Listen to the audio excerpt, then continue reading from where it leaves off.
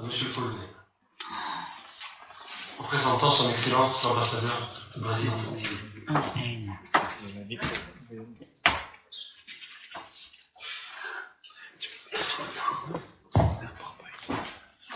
Bonjour à toutes et à tous.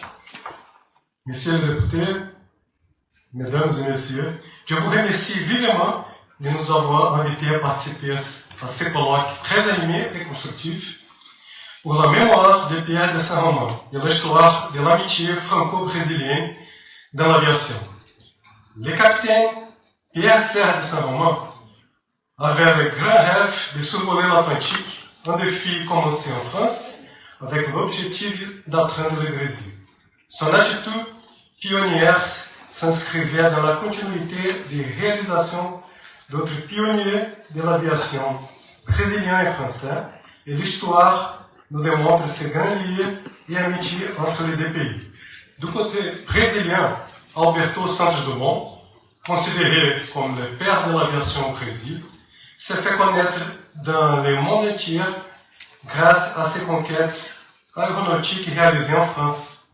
Son projet le plus réussi fut l'aéronef La Demoiselle, avec une centaine d'exemplaires construits en France. La Demoiselle fut le premier aéronef du célèbre pionnier de l'aviation française, Roland Garros. En 1910, les héros de guerre débutent sa première carrière de pilote sur cet aéronef. Paris-Amérique latine, le projet du capitaine Saint-Romain était de nouer des liens d'amitié et de fraternité entre la France et l'Amérique du Sud, où sont établis de nombreux Français. Le noble français Saint-Romain est un héros, et de plus pour la galerie française, dont le train a émis les deux nations, notamment à Natal et à Recife, qu'il a toujours attendu. L'histoire de l'aviation entre la France et le Brésil est une vraie richesse. Des pilotes français furent embauchés comme instructeurs pour notre armée et virent fonder notre première école d'aviation militaire. Quelques années plus tard, les pilotes brésiliens du premier groupe de chasse combattirent les nazisme dans le ciel de l'Europe.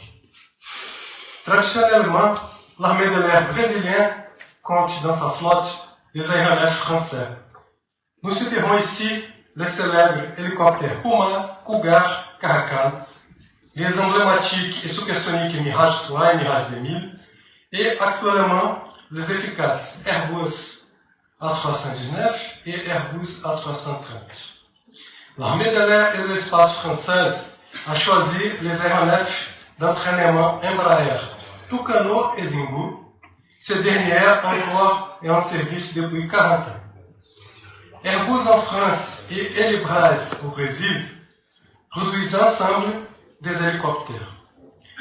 La famille des Airbus A319, A320, A321 est privilégiée par les compagnies aériennes au Brésil et les aéronefs Embraer 175, 195 en France constituent l'intégralité de la flotte Hawk de Air France.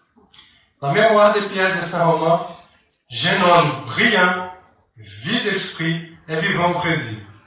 Il est à l'origine du nom de la clinique médicale Saint-Romain, de la ville de Rio, ma ville, et de la ville Saint-Romain de Copacabana, qui nous amène à quelques mètres de la célèbre plage.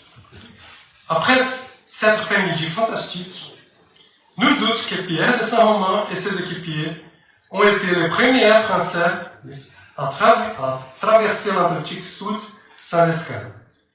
L'histoire du Vicomte Enchanté, comme on appelait aussi Pierre de Saint-Romain à l'époque au Brésil, est une vraie histoire inspiratrice, un vrai succès. Vive la France, vive le Brésil, vive Pierre de Saint-Romain. Merci beaucoup.